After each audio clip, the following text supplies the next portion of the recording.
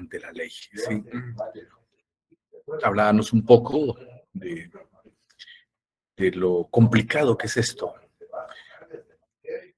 Todos los seres humanos nacen libres e iguales en dignidad y derechos. ¿Qué significa eso?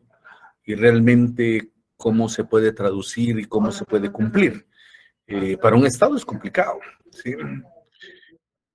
No es fácil garantizar dignidad y derechos.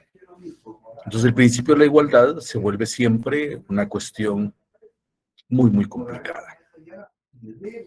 Aparte que la igualdad así absoluta no se puede garantizar, a menos que realmente lo que dicen algunos, el tema del comunismo, que aún así en la imperfección del ser humano ya no es viable en estos países, por eso se habla de socialismo que han implementado muchos los países europeos y que muchas veces la gente como que le tiene bueno, hay más malinformación o desinformación que lo que realmente es, porque el principio socialista busca una cuestión más justa, más equitativa, quizás no precisamente igualdad.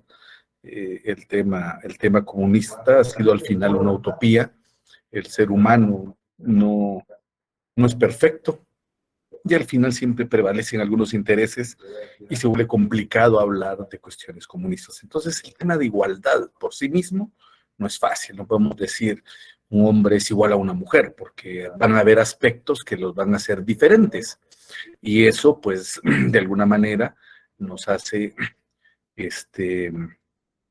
razonar y determinar que este principio no es absolutamente, o no se puede cumplir absolutamente. Igual hablábamos de las diferencias económicas, sociales y culturales. Mucho del tema de los pueblos indígenas, los pueblos y todo el tema de afrodescendientes, es porque realmente también pugnan por sus diferencias. Entonces, otra vez, no podemos establecer temas igualitarios. De los derechos, decíamos, surgen diferencias y con el criterio de la justicia distributiva, tratar igual a quienes no son iguales constituye al final una injusticia y acarrea, pues, lo que hemos visto muchas veces, trastornos sociales. Y hoy, que no vamos a ahondar en el tema, pues, el tema de las diferencias con el tema de género, por ejemplo, y que ha traído también algún nivel de protesta, que cada quien tendrá su punto de vista en ese sentido, pero que de alguna manera pues genera también inconformidad social. Entonces, podemos hablar de derechos sociales, podemos garantizar algún nivel de derecho social, pero no puede ser absolutamente igualitario. Y entonces vamos a mantener el derecho a la diferencia y vamos a garantizar un nivel de equidad en el tema de dignidad y de derechos. Un poquito cerrando el último tema que estábamos viendo en cuanto al tema de la evolución del derecho.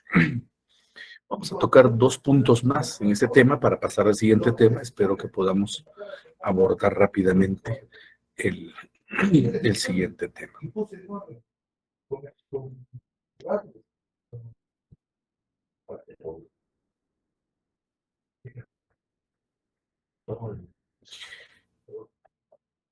Entendemos que cuando escribimos el derecho, escribimos la norma, escribimos la ley, es un derecho muy objetivo, está claro, está establecido. Sí. Sin embargo, hay facultades que reconocen a la persona una norma jurídica para exigir a otro que haga o se abstenga de hacer algo. Esto es un poco más subjetivo, ¿sí? Porque es que el tema de derecho genera obligación. Y esto de la obligación se vuelve muchas veces complicado. Porque aquí entramos mucho en el tema del campo, incluso de los derechos humanos. ¿Cómo realmente garantizo dignidad? O sea, cuando yo veo el Código Laboral, puedo hablar de que se le contrató, estos son los términos de contratación, este es su salario. Pero en términos de derechos, ¿cómo puedo yo decir que es un trabajo digno?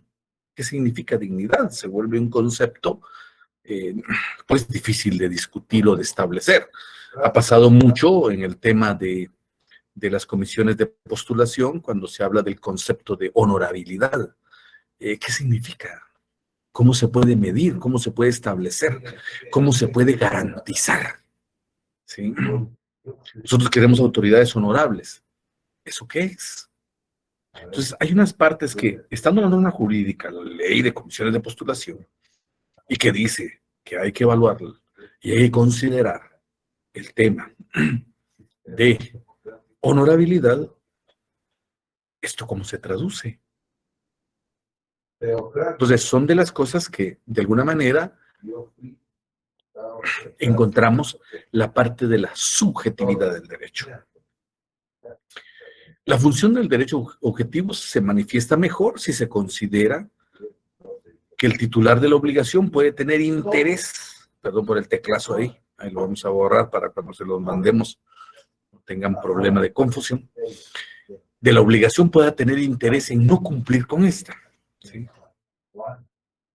El reconocimiento y protección del derecho subjetivo consiste precisamente en obligarlo coercitivamente a que cumpla con ello. Ahí está la ley. La condición de la obligación nos hace verlo de una manera subjetiva. O sea, cuando decimos tengo obligaciones, ¿sí? El Estado tiene una obligación, el patrono tiene una obligación, el trabajador tiene una obligación. Digo, esta es la parte subjetiva del derecho. La parte objetiva es clara, eso no lo vamos a discutir y ustedes lo van a seguir viendo en todo el camino que tienen de formación. La parte subjetiva la vamos a seguir discutiendo porque es la parte que más nos va a competir en esta área sociológica, porque es lo que nos afecta socialmente y es lo que de alguna u otra manera nos define como sociedad y nos hace racionalizar las normas y decir, bueno, a esto me obliga, a esto debo de cumplirlo. Entonces tenemos esos dos ámbitos, la parte muy objetiva, muy concreta, muy clara de lo escrito, y luego la parte que no está escrita, pero que de alguna manera es tácita y que nos refiere a esas obligaciones. Buenas tardes, Carla.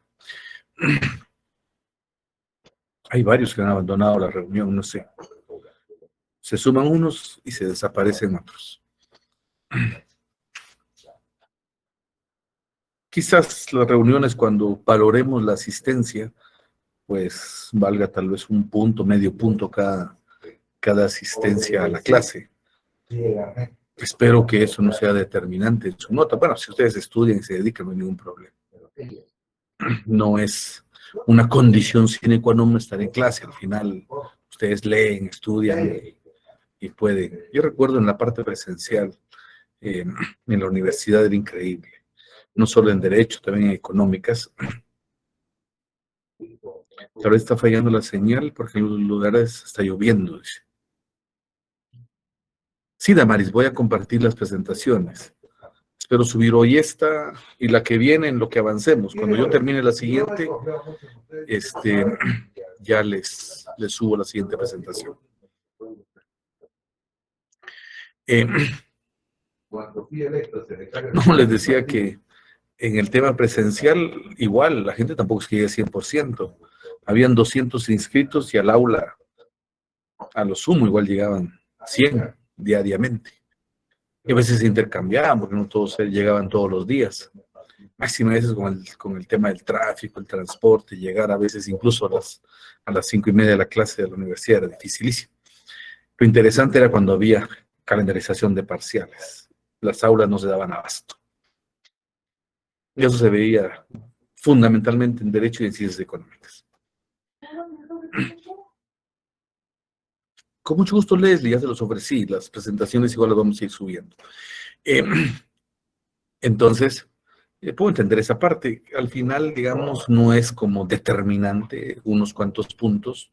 por el tema de la asistencia. Solo lo ponemos como para estimular, para que la gente pueda estar, incluso que me interesaría que pudieran participar y dar sus puntos de vista de lo que estamos abordando. Y como decía alguien ahí, sí, alguna vez allá en el centro universitario de Losac, en Alta Verapaz, no nos habían autorizado la feria patronal, porque se supone que es un día, pero allá había la costumbre que el estudiante no quiere llegar, quiere tomarse la semana de descanso de feria. Y yo llegué a clases cuando pues no era descanso. Pero al final les dije a los estudiantes, yo voy a trabajar con el que quiera. El que no, pues no es obligatorio. Si le aburre la clase, cualquier cosa, tiene todo el derecho de estar o no estar. Bueno, que es otra vez la parte subjetiva de todo esto.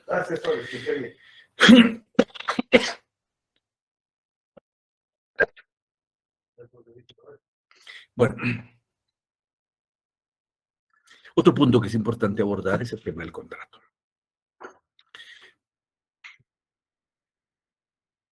Generar una condición de relación, normar la relación entre dos partes, es determinante, porque muchas veces decir de palabra tenemos tales condiciones, pues en algún momento tuvo que definirse eso y empezar a cambiarse.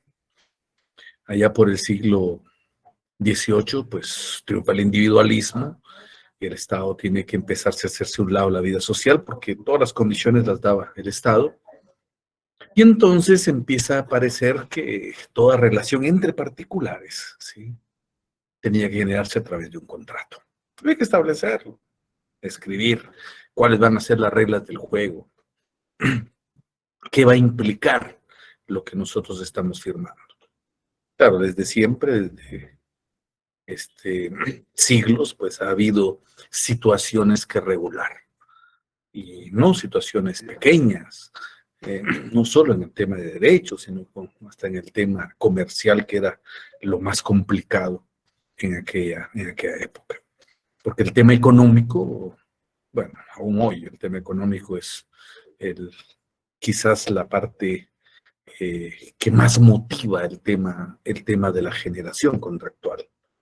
Y eso no solo es para los negocios, porque cuando usted firma a la hora de aceptar ser cónyuge, también está firmando un contrato. Y ojo, espero que se dé cuenta qué es lo que firma, porque hay tres tipos de contrato matrimonial. Entonces hay quienes saben hacerlo y dicen, no, yo quiero bienes divididos, cada quien con lo que le corresponde. Y si usted no lo declara, pues tácitamente la ley le dice va a estar en comunidad de bienes gananciales. Entonces todo a partir del matrimonio, a partir de todo lo que se adquiere, hay que partirlo en dos. Y entonces, y si se dan cuenta, el tema del matrimonio no es tanto el tema sentimental al final. Mucho lo que se define al final en una separación es el tema económico. Entonces, mucho del contrato tiene que ver con el tema económico. Entonces, en el siglo XIX se suscitó una reacción en contra del respeto irrestricto a la voluntad de las partes en algunas materias, sobre todo en las relaciones obrero-patronales. Que válgame otra vez, tiene que ver con el tema económico. Y todas las organizaciones sindicales, lo primero que van a pelear es el tema económico. Entonces, el tema del contrato adquiere mayor relevancia, mayor importancia, en el sentido de que detrás hay un interés económico. Que al final esto es lo que mueve mucho a la humanidad. Sí, ya vamos a hablar de soberanía, espero que nos dé todo el tiempo. Y muchos de los conflictos que tenemos a nivel mundial son básicamente económicos. No son conflictos porque es que sí, es que me caes mal. Quizás solo Hitler, que pensaba que la raza aria era la que tenía que prevalecer y entonces había que matar a todos los judíos, y algún chiste en contra de los mexicanos decía, y eso que no conocía a los mexicanos, sino también hubiera ordenado matarlos, porque él creía que los caucásicos eran los perfectos y eran los que debían prevalecer y tener el poder mundial. Pero al final, detrás de todo esto, ¿qué significa poder?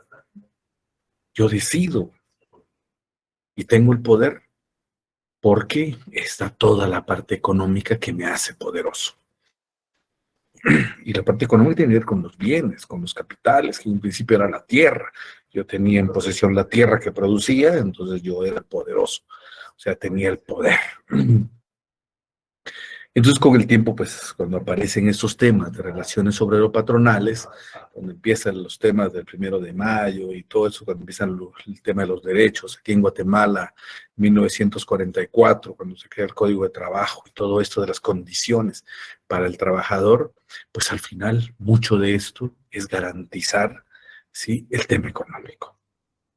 Claro, detrás de eso está el tema de los derechos que también hablamos que es un tanto subjetivo, porque hablar de trato digno es un poco subjetivo, pero por lo menos la parte esta era fundamental.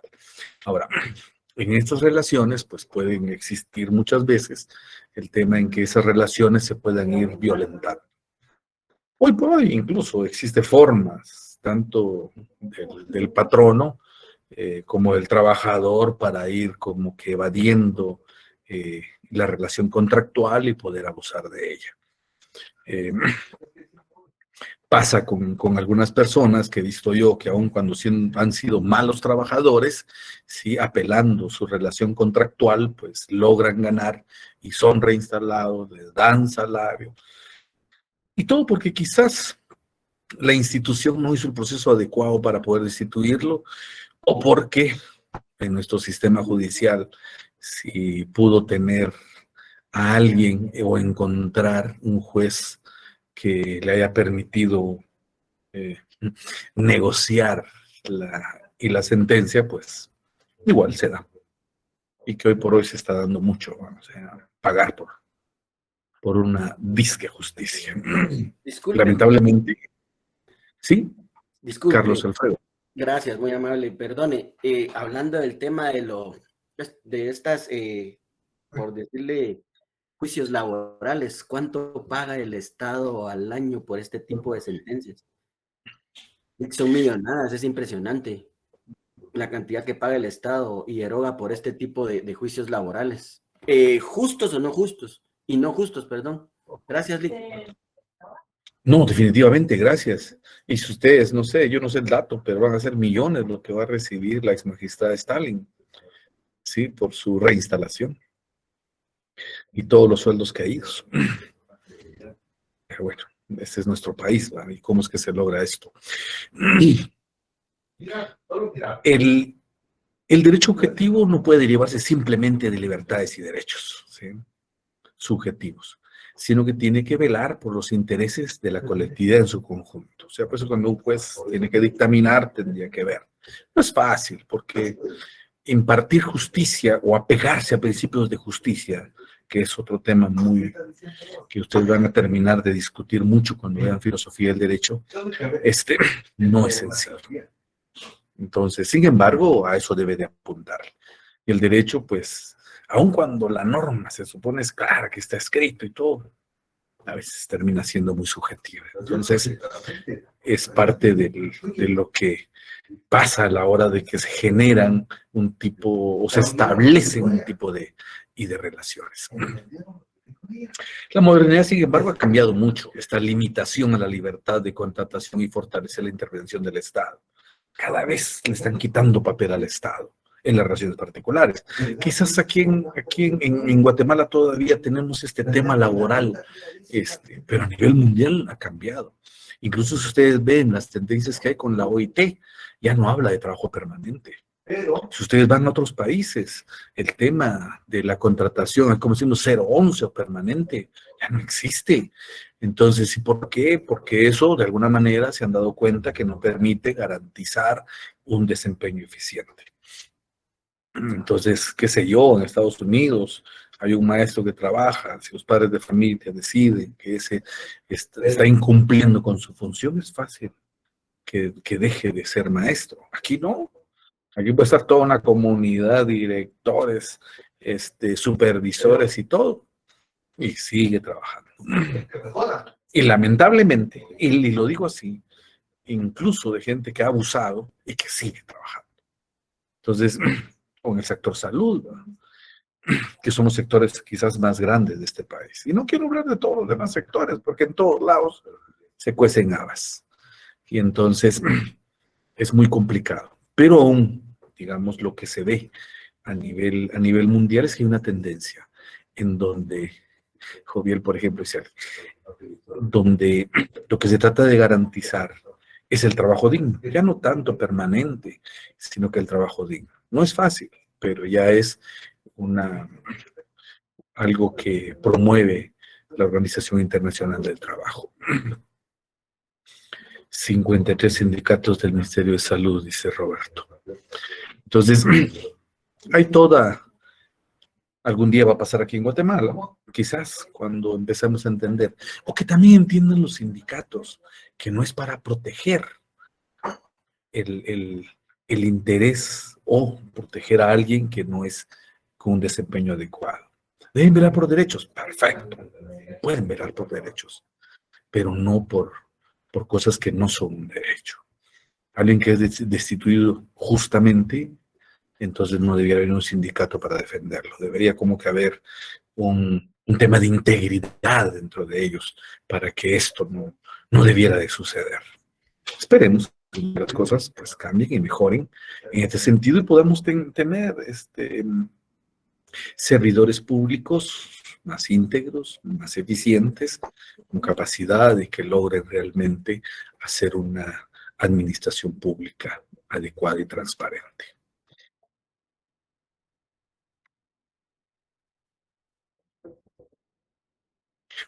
Voy a dejar este tema hasta acá y voy a tomar un siguiente tema. ¿Algún comentario de lo que hemos abordado? Bueno, me he escrito un par de cosas. Eh,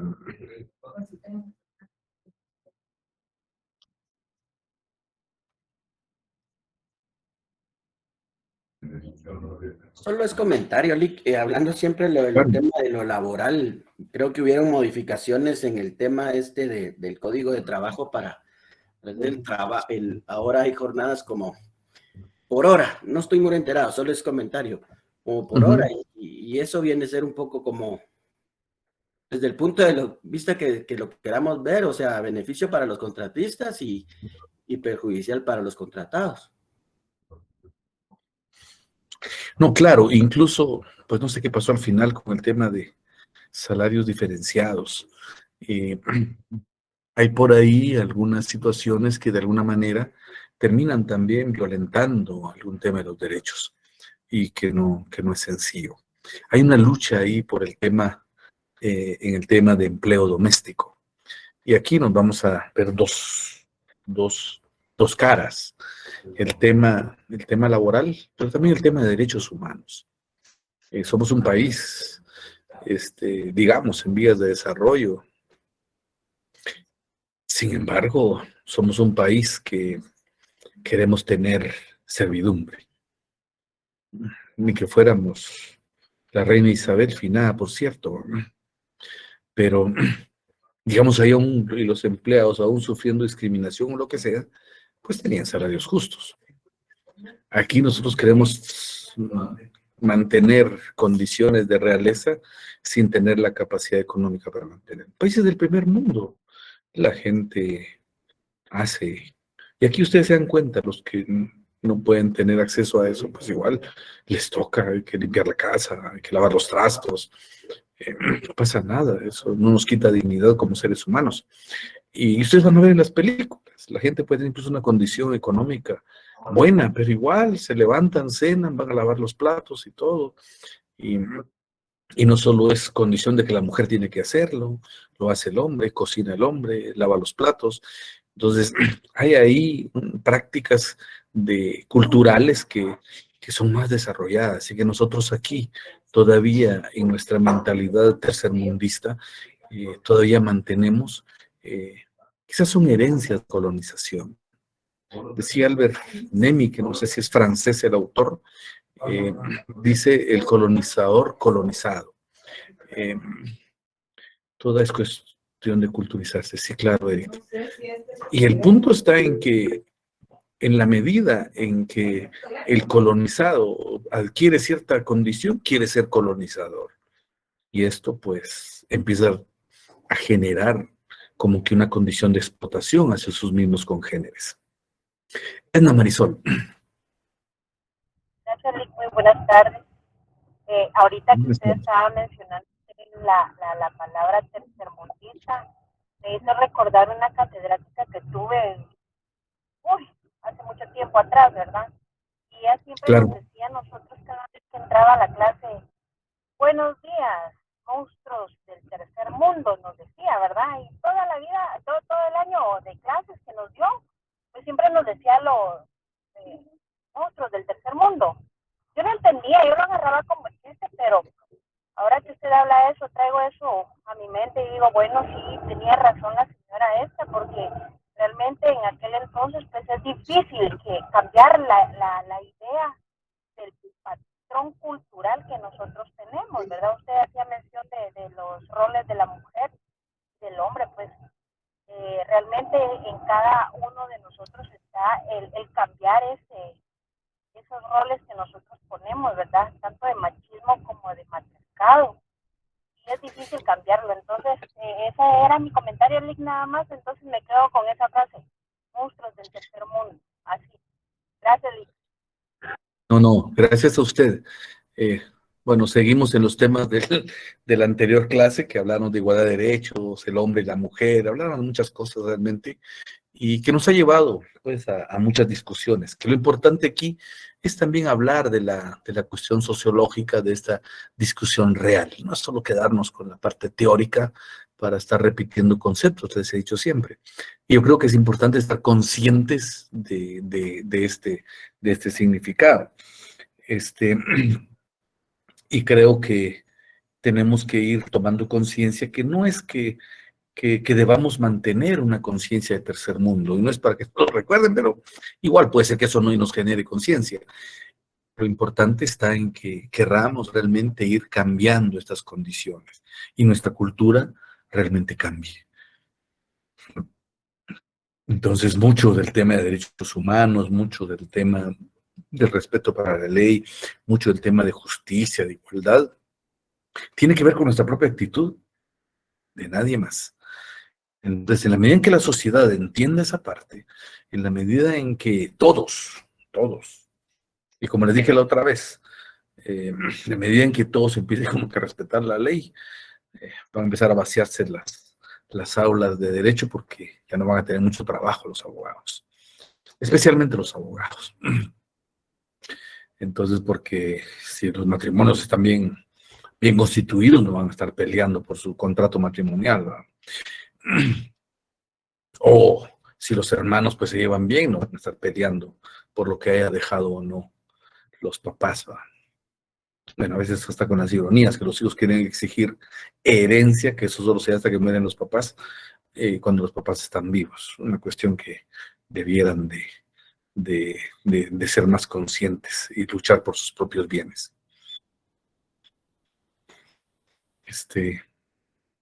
Veía un comentario rápido. Solo se busca el beneficio propio y no compartirlo. Bueno, sí, yo creo que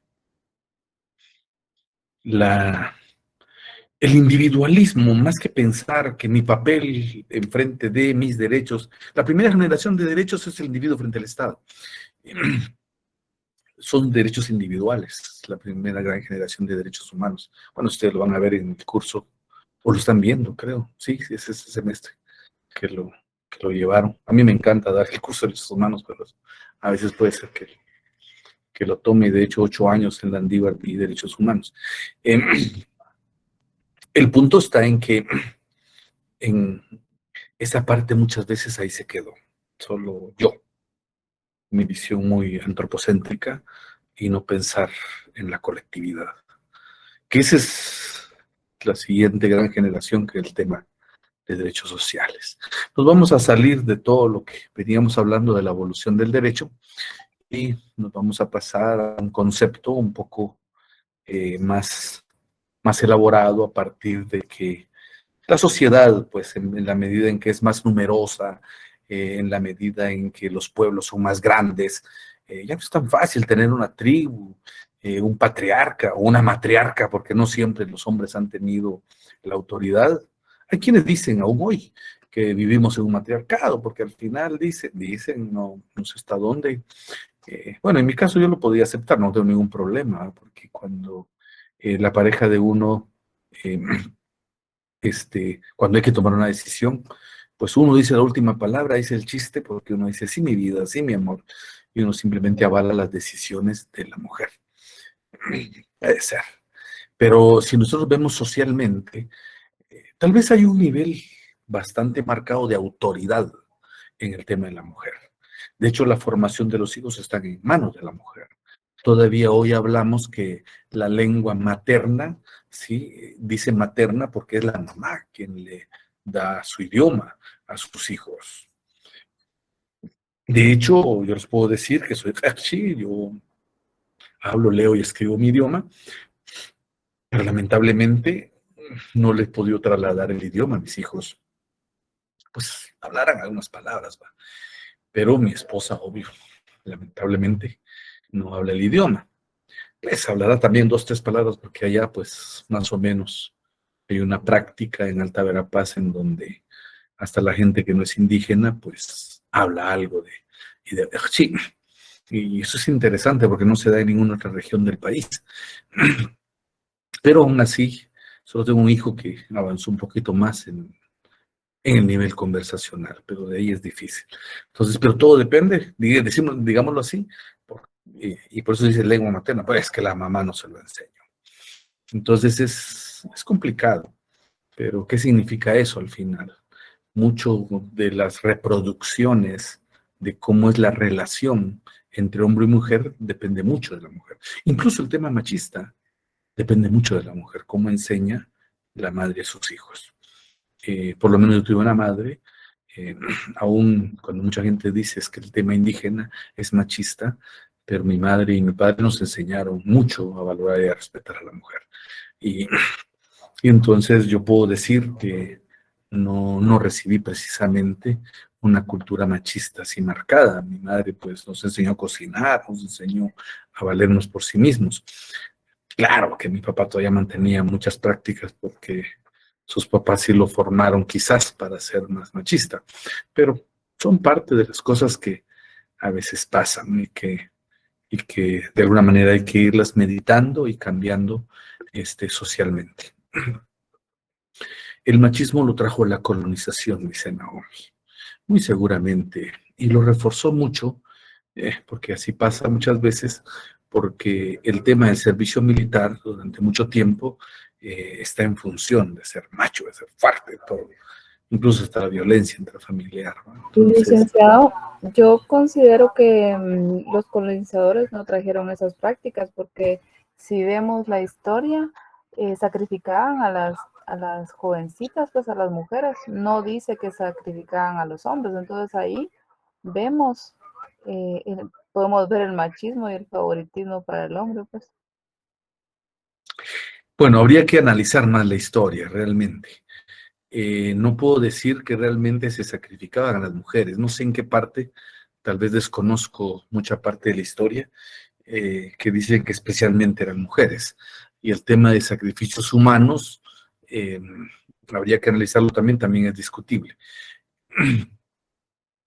Ahora, digamos, hay una tendencia, y quizás tal vez no es precisamente como decir machismo, ¿sí? ¿Cómo digo? Es cuestión filosófica. Si usted ve el Popol Vuh, hay 4 primeros hombres y 4 primeras mujeres, ¿sí?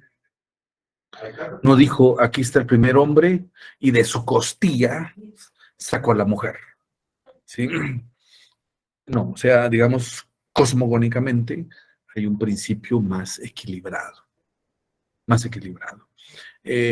Hay mucha discusión, cada historiador tendrá su propia interpretación de lo que puedan decir de los antiguos mayas o de los pueblos indígenas, y aquí hay mucho que analizar y que discutir. Todavía no está totalmente definido. Pero al final, podemos decir, el machismo es algo que es aprendido. Si nosotros nos forman de una manera, pues igual, no debería haber mayor abuso de la mujer, no debería haber embarazos adolescentes, no debiera. Quizás nos estamos adelantando mucho a los temas sociales que deberíamos casi al final, pero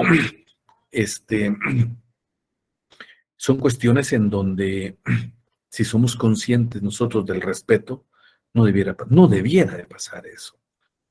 Pero incluso socialmente hay una tendencia a fortalecer eso.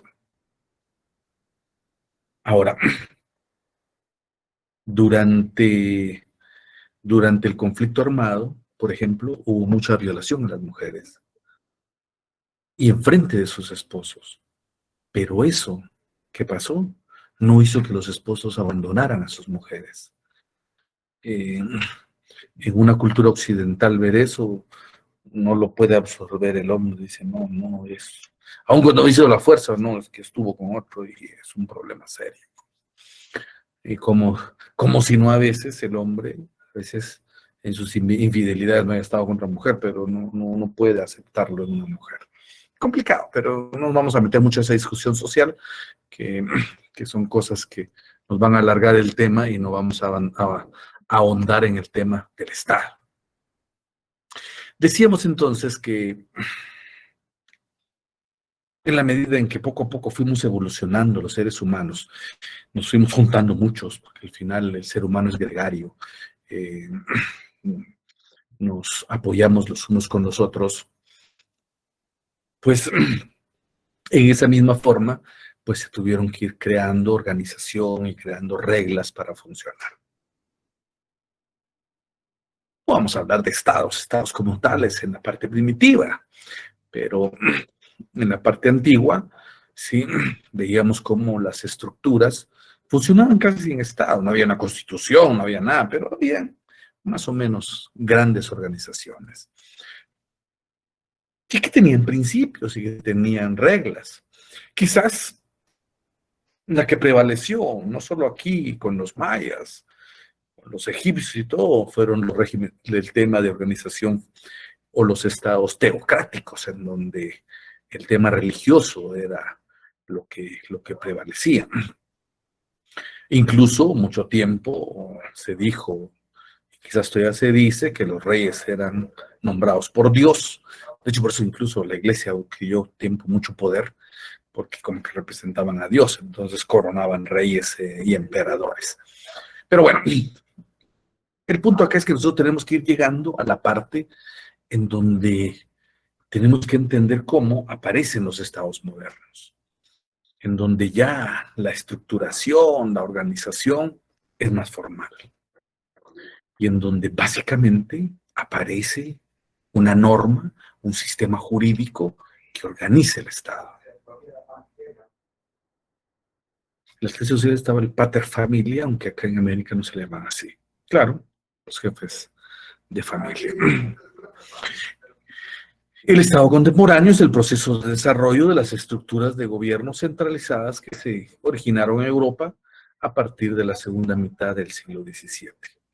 Es hablar de estados y organización, ¿verdad? De cuestiones estas, es más o menos moderno y reciente. No vimos esa necesidad antes. En la medida en que empezó la gente a lucubrar y todo, en los tiempos, aun cuando habían reyes todavía, parece gente como Montesquieu, que empiezan a racionalizar el tema de autoridad, el tema del poder y todo. Está bien, eres nuestro rey, pero tampoco es cierto que eres Dios y eres omnipotente. O sea, hay que ver cómo se balancean las cosas.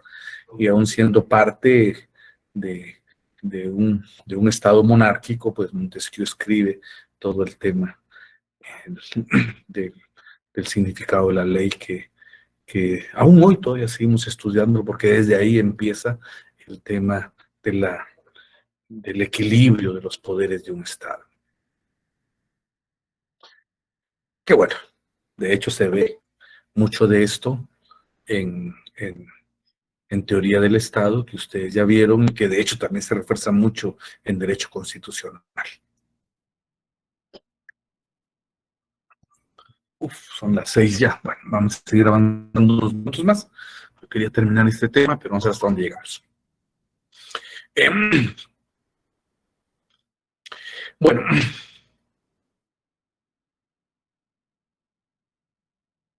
antes, pues no teníamos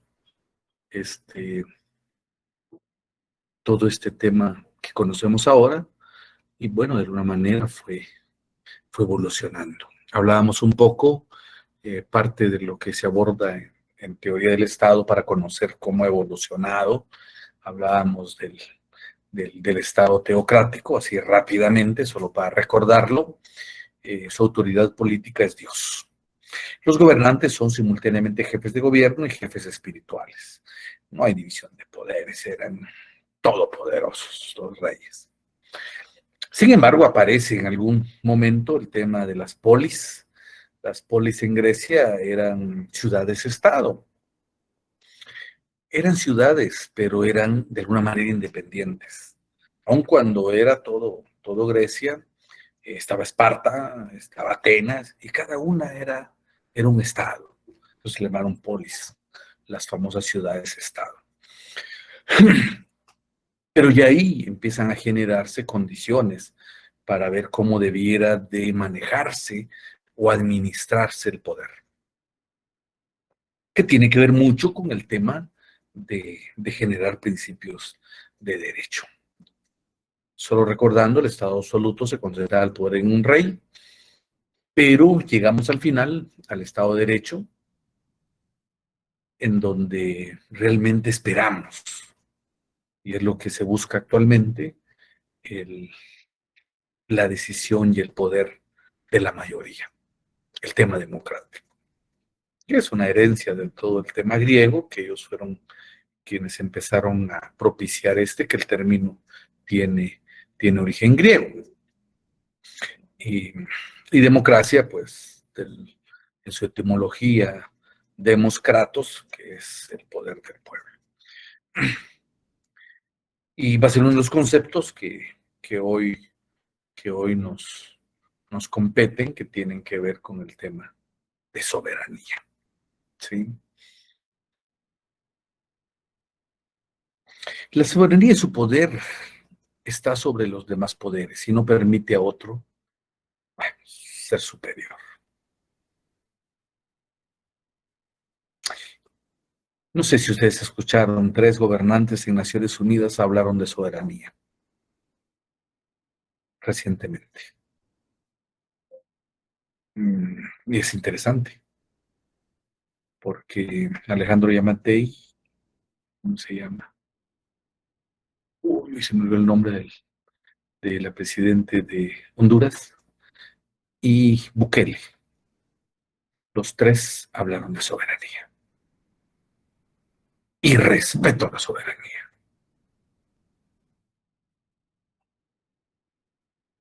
A Petro también, dice Manuel Antonio. Ahora, ¿qué significa esto y por qué ellos lo están remarcando?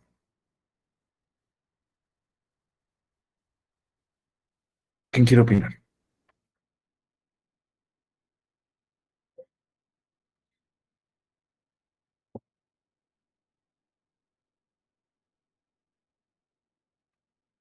Lick, yo vi que a Petro le habían pedido que hablara en inglés, pero él pues habló en español y habló bastante de la lucha contra drogas que ha tenido su país por décadas y cómo no ha funcionado ninguno de los planes, porque mayormente debería como trabajarse con los demás países, ya que no es, les afecta bastante nacionalmente, pero también ya que el tráfico viene y va de todos los países desde acá o desde Estados Unidos hasta allá, él como señaló que todos los planes que han tenido no han servido de nada porque no han podido como unir naciones y demás. Eso fue un poco lo que vi que habló Petro.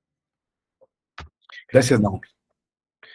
En el tema nuestro, digamos, en el tema de Alejandro, y el tema de Yamatei y de Bukele, hay, digamos, un símil entre los dos, ¿sí? Alan dice un reverso al comentario de Estados Unidos. ¿Por qué? Porque se supone que las instituciones que le dan el balance de poderes de pesos y contrapesos, tanto en Guatemala como en El Salvador, fueron cooptados. ¿Sí? Bueno, muchos tendrán su forma de ver las cosas y dirán, sí, pero Bukele está haciendo bien, vayan a ver el hospital, vayan a ver las carreteras, qué maravilla. Y en el discurso de independencia de Bukele, el mensaje fue reelección. Y la gente lo aplaudió mucho. Claro, hay quienes que están en contra. ¿Y por qué? Porque está otra vez destruyendo los principios democráticos. Y como cooptó todas las instituciones, que si la Corte Suprema, que todo está a su merced y a su favor, él decide y hace lo que quiere. Eso es una dictadura. Y un poco eso ha pasado aquí en Guatemala. Cooptaron todas las instituciones. Hoy deciden lo que quieren. Y no hay problema. Que si en un momento se investigó corrupción, porque ha habido, y por muchos años ha existido corrupción en este país, y era el momento de poder cambiar las cosas, hoy por hoy las van a revertir de nuevo. Alan Galvez. Buena tarde, licenciado. Bueno, respecto a la reelección de El Salvador, pues sinceramente sí sorprendió casi a la mayoría del mundo, ¿verdad? O más que todos los países centroamericanos. Sin embargo, si vemos una comparación entre Yamatei y Nayib Bukele, pues usted se da cuenta que el trabajo que ha hecho Bukele en El Salvador, pues ha sido impresionante, ¿verdad? Cómo ha combatido a las maras que muchas veces lo tachan de dictador y de esto, pero si usted se da cuenta, esa es una de las maneras en las que podemos luchar contra la violencia que existe en cada país. Otra cosa, por ejemplo, bueno, Nayib Bukele, si se vuelve a reelegir, usted se da cuenta que también ha hecho cosas buenas en el país, ha arreglado carreteras, ha apoyado a la educación, al deporte, a un montón de cosas, cosa que en Guatemala, pues el presidente, si se da cuenta ahorita con la cooptación del Comité Olímpico, nadie se pronuncia, la Corte de Constitucionalidad, pues también les bloqueó incluso hasta los beneficios de poder participar a los atletas, entonces ahí sí que es una diferencia muy dura, ¿verdad? Porque Nayib Bukele está siendo dictador, podemos llamarlo así, pero para el bien de su país. En cambio aquí Yamatei está siendo dictador, pero para poder cooptar todas las instituciones del Estado y poder seguir saqueando el país. Lamentablemente, y quizás no es solo, no es el tema quizás Alejandro Yamatei, porque al final hay un círculo de poder detrás, y esto no es fácil. Y él al final pues no tiene toda la capacidad del poder de poder manejar todo, pero al final termina pues permitiendo que pase todo. Entonces hablar de soberanía es complicado porque la soberanía dice la fuerza radica en el pueblo. Y hasta donde el pueblo está contento, hasta donde el pueblo cree que tiene todo el poder. Putin ha hecho un país asombroso, sí, pero igual lo van a cuestionar. Andrés Humano, no sé si ustedes vieron la historia donde viene la Sociedad de las Naciones, cómo va pasando el tema, porque al final el tema del poder llega un momento en que se rebalsa. Ya el país va perdiendo esto de los pesos y contrapesos, entonces como que debe haber una regulación mundial. Entonces ahí va apareciendo los organismos internacionales que tratan de balancear las cosas. Lamentablemente también se cooptan. Y Naciones Unidas, pues van a decir, mucho se está cooptado por Estados Unidos. Entonces, no es tan fácil. Si ustedes revisan un poco los intereses en Ucrania, nacieron desde Estados Unidos.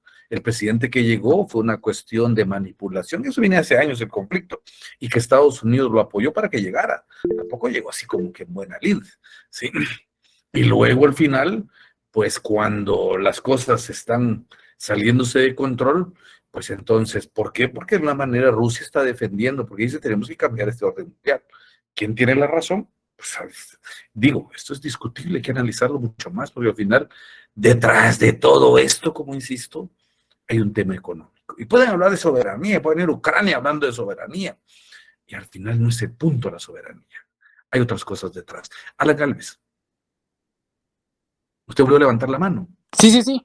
Bueno, respecto a lo de Ucrania y Rusia, licenciado, fíjese que desde que se dio inicio o meses antes de que diera inicio la invasión, la operación militar prácticamente de Rusia en Ucrania, yo estaba pues leyendo, incluso viendo documentales acerca de que el conflicto dio inicio casi que desde el 2014, que fue cuando dieron un golpe de estado al presidente de Ucrania, que fue financiado por Estados Unidos. Entonces Estados Unidos pues empezó a incitar a Ucrania a rebelarse, y el presidente que fue puesto en Ucrania fue puesto por Estados Unidos. Entonces empezó a perseguir podríamos decir, a ciudades o departamentos, llamémosle, que eran pues gente prorrusa, que aún conservaba pues el idioma ruso. Entonces él empezó a atacarlos, a bombardearlos, indicándoles que los rusos no eran bienvenidos allí, y que ellos tenían prohibido trabajar, estudiar y salir a la calle. Ellos tenían que estar debajo de sus casas escondidos. Entonces Rusia desde hace tiempos ha venido solicitándole tanto a las Naciones Unidas como a la Unión Europea apoyo para poder resolver ese conflicto. Pero dadas las circunstancias y a los intereses de Estados Unidos, fue que Rusia mejor tomó la decisión, porque ya era bastante. Entonces, más que todo, el interés de Estados Unidos en Ucrania es cerrarle las puertas a Rusia para ellos tomar el poder del gasoducto. Si se da cuenta, más que todo ese es el poder, y es lo que nos ha afectado a todo el mundo, pues el hecho del combustible. No, definitivamente. Y no solo el combustible, porque, por ejemplo, los alimentos, ¿saben por qué se han encarecido? Por el tema de fertilizantes e incluso concentrados. ¿Y saben por qué? Porque muchos de los elementos químicos que se utilizan para eso vienen de Rusia y de Ucrania. Entonces, si ustedes saben de precios, los fertilizantes estaban, qué sé yo, alrededor de 300 quetzales, hoy están al doble, alrededor de 600 quetzales. La comida para los gatos en la casa costaba 130, hoy está costando 160. Y así las cosas. Pero no solo eso, porque entonces al final todo va en cadena. Hoy las tortillas están más caras, el maíz llegó a 2.50, después de que estuvo mucho tiempo 1.50. Y es un tema complicado, porque al final hay una como caricatura en donde cómo es que pasa, no sé quién es el que le da un reglazo a otro, ¿va? Y luego agarra la regla y se lo da al otro, ¿va? Entonces, como quien dice, pegó a Estados Unidos y la regla se lo dio a Ucrania, como quien dice, él hubiera dado el pencazo y se creó el conflicto. Al final, detrás de todo eso es otra vez Estados Unidos, Rusia, ¿va? Rusia, que no es tan grande y ni es tan potente económicamente, pero Estados Unidos ni siquiera un poquito quiere ceder. Estados Unidos hoy por hoy económicamente es la economía más grande y tiene miedo de China, porque China pasó de ser una economía no muy grande allá a estar cerca. ¿Qué decimos cerca? Estados Unidos tiene 25 trillones de economía, por decirlo así, y Rusia viene por 14, no China. Y eso para ellos, ¿cómo va a ser posible que alguien quiera competir conmigo? Eso pasa como acá, cuando hay empresariado que tiene un monopolio o algo así, no quiere que otros crezcan. Ellos quieren mantener la cantidad grande al final. Y Rusia no es que tenga una gran economía. Y si ustedes se dan cuenta, toda la Unión Europea junta ni siquiera compite con Estados Unidos. Toda la Unión Europea. La economía estadounidense, todos queremos acceder. Estaba revisando yo una noticia y me pareció interesante, porque aquí producimos muy buen aguacate en Guatemala, pero no hemos podido entrar al mercado estadounidense. Y parece que hay posibilidades de entrar. Digo, si se da, pues qué bueno, porque es poder mejorar las condiciones para un producto que nosotros producimos y que ellos dicen que podemos venderles, pero ellos nos amontonan cualquier cosa que quieren. Edwin Rolando. Sí, licenciado, buenas tardes. Pues el tema en sí es muy complejo de desarrollar, ¿verdad? Porque estas dos grandes potencias, cada uno da su punto de vista en un momento dando, no sé si decir la palabra victimizándose o como salvadores de otros países, ¿verdad? Porque Estados Unidos hemos visto a través de la historia que agarra la bandera de Salvador, pero sabemos que sus intenciones o intereses son otros, para invadir o financiar golpes de Estado o revoluciones en todos los países de Latinoamérica. Y no estaría muy lejos, de igual manera, que lo mismo haga Rusia con los países de corte socialista, digamos Nicaragua, Venezuela, Cuba. Y en este momento, pues el estado grave que existe entre la situación política y económica de Ucrania y Rusia, ¿verdad? Que Rusia dice que Ucrania le invadió territorio que eran de ellos, como dijo el compañero, a través de un golpe de Estado que dio y pusieron al presidente que hoy tienen ellos, y pues clama del salvador de muchos pobladores ucranianos, quitándoles el yugo socialista de Rusia, ¿verdad? Pero como le digo, es bien complejo de discernir quién tiene la razón y todo, y digamos los pueblos o los países latinoamericanos quedamos como un sándwich en medio, sufriendo las consecuencias económicas y políticas de estas decisiones, ¿verdad? Gracias, licenciado. Gracias. Al final es pelea entre ellos. Nosotros deberíamos ser capaces de tomar nuestras propias decisiones. Y quizás lo que dijera en un momento Bukele, hasta dónde somos independientes, decía en su discurso. ¿Somos independientes o no? Porque tenemos que depender de eso. Entonces nosotros, nuestra economía realmente es muy débil.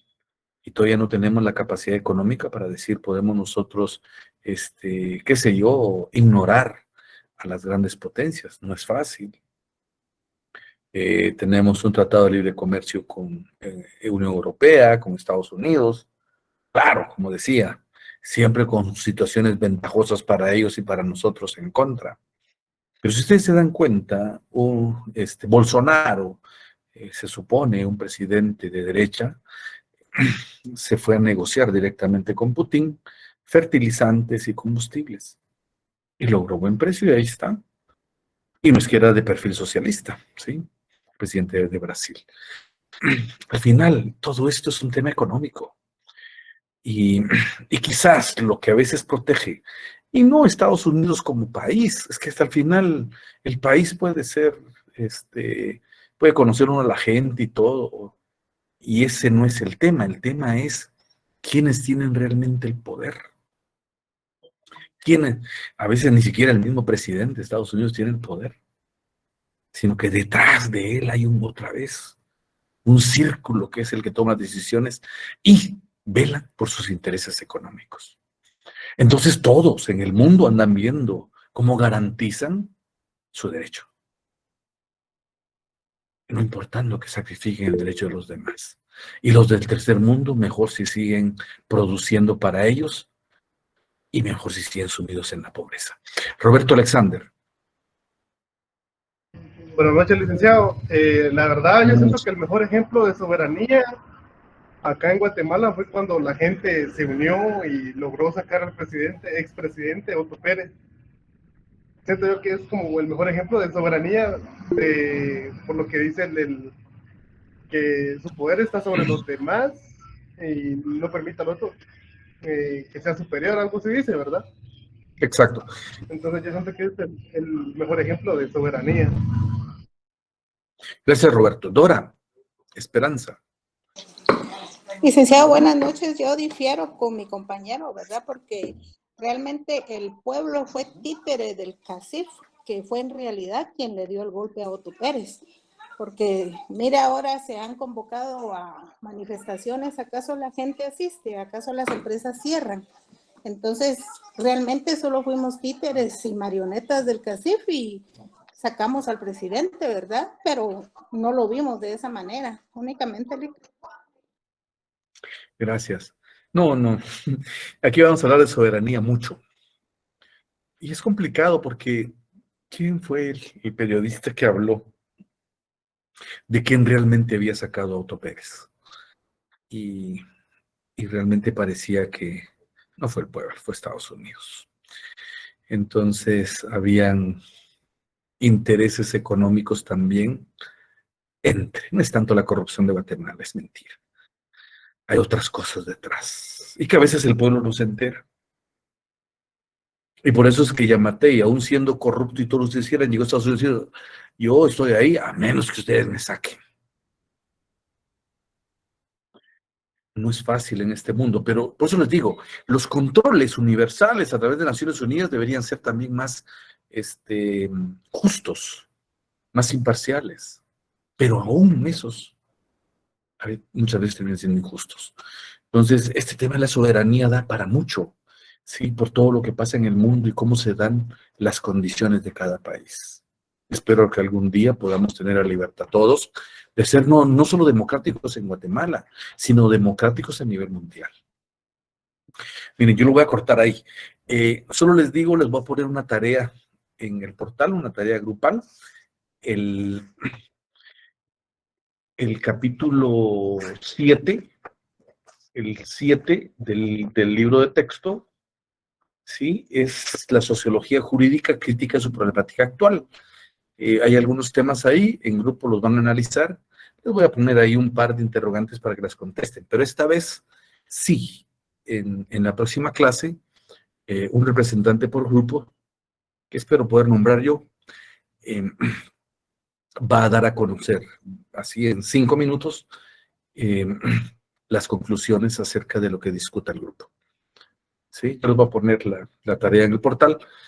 Bueno, hoy va a ser difícil, pero espero que más tardar el lunes se las esté subiendo. Y entonces nos vemos el próximo jueves.